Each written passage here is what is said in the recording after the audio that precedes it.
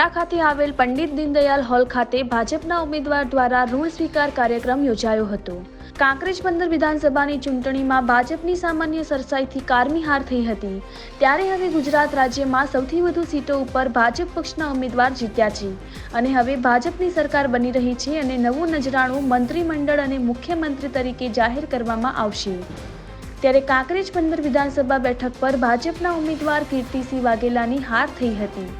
ત્યારે ખૂબ જ મોટા દરિયાદિલથી કાંકરેજ તાલુકાના વેપારી મથક થરા ખાતે આવેલ પંડિત દીનદયાળ હોલમાં ઋણ સ્વીકાર કાર્યક્રમ યોજાયો હતો,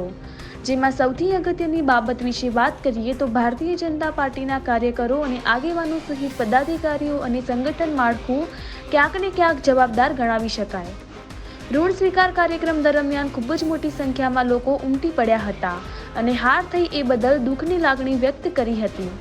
ત્યારે હવે આવનાર સમયમાં તાલુકા પંચાયત, જિલ્લા પંચાયતની ચૂંટણી તેમજ લોકસભાની ચૂંટણીના ભાજપ પક્ષને મજબૂત કરવા માટે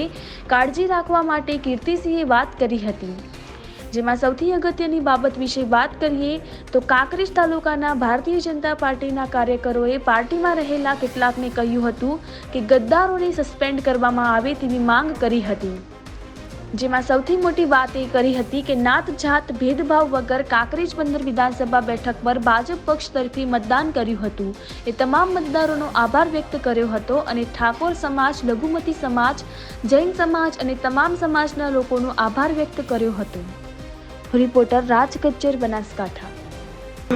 વિચારધારા આધારિત આ વિધાનસભાની અંદર લોકોને જોડવા હતા। મિત્રો, દુઃખ એ બાબતનું છે, લોકો જોડાયા છે, પણ કેવાતા કાર્યકર્તાઓ અમે 5 વર્ષ જૂના, અમે 25 વર્ષ જૂના, અમે 50 વર્ષ જૂના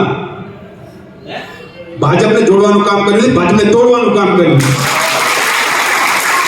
અને તોડવાનું કામ કરનાર કોઈ પણ કાર્યકર્તા હશે, લોટ કરચન હશે તો કીર્તિસિંહ વાઘેલાને નહીં ચલાવી